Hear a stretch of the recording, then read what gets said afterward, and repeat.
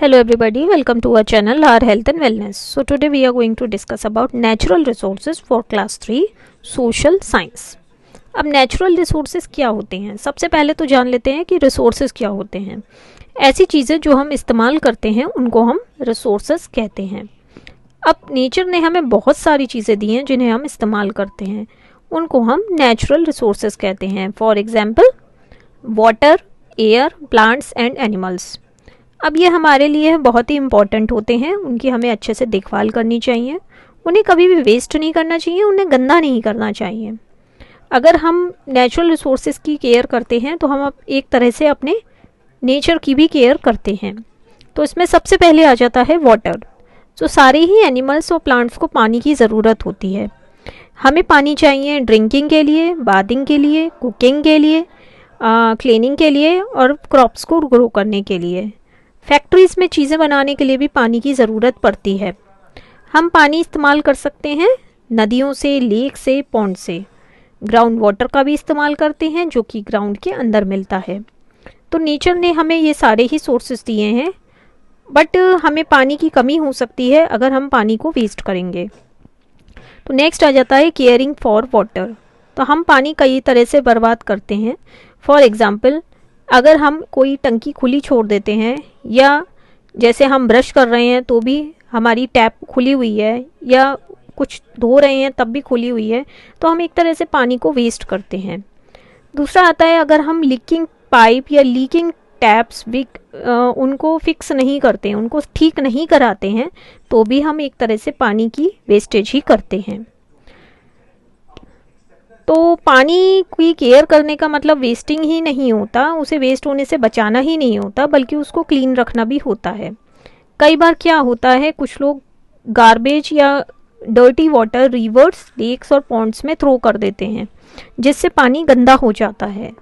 तो इस तरह का डर्टी वाटर हमें बीमार कर सकता है। और जब रिवर्स, पॉन्ड्स और लेक्स गंदे हो जाते हैं तो जो एनिमल्स उसमें रहते हैं उनकी डेथ हो जाती है या वो बीमार पड़ जाते हैं। नेक्स्ट नेचुरल रिसोर्स आता है आपका एयर। तो सारे ही लिविंग बींग्स को एयर की ज़रूरत होती है। एयर एक मिक्सचर होता है बहुत सारे गैसेस का। इनमें से दो गैसेस होती हैं, ऑक्सीजन एंड कार्बन डाइऑक्साइड। तो सारे ही लिविंग बींग्स ऑक्सीजन को इस्तेमाल करते हैं ब्रीथ करने के लिए। प्लांट्स कार्बन डाइऑक्साइड को यूज़ करते हैं खाना बनाने के लिए, और उस खाने को वो अपने लिए थोड़ा सा इस्तेमाल करते हैं, बाकी को स्टोर कर लेते हैं। तो जब भी हम फ्रूट्स, वेजिटेबल्स या ग्रेन्स खाते हैं, हम एक्चुअली में प्लांट्स का बना हुआ फूड ही खा रहे होते हैं।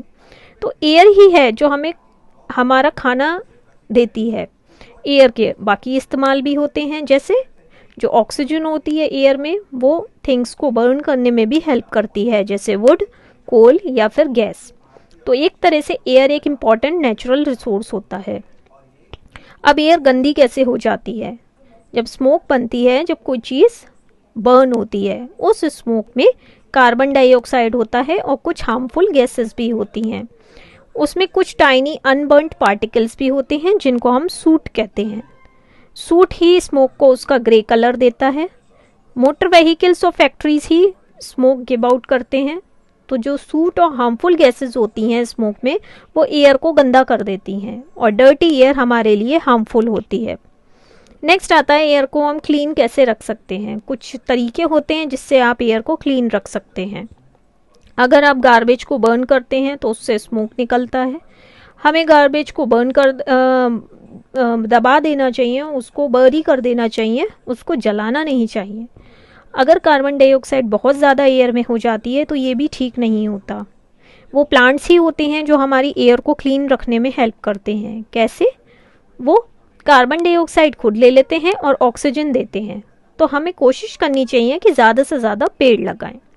जब कोई स्मोक करता है सिगरेट्स को, तो उस इंडिविजुअल को नुकसान पहुंचता है जो स्मोकिंग कर रहा होता है, बल्कि साथ में जो बैठे होते हैं इंडिविजुअल्स, उनको भी नुकसान पहुंचता है।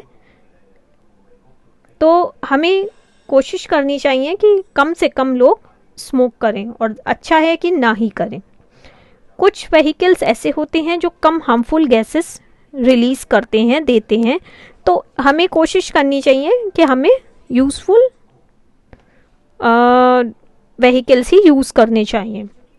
नेक्स्ट आता है natural resource plants and animals. Plants हमारे लिए काफ़ी यूज़फुल हैं, हमें हमारा खाना मिलता है उनसे, हमें वुड, कॉटन और मेडिसिन्स भी मिलती हैं, और साथ ही साथ वो एयर को क्लीन रखने में भी हेल्प करते हैं।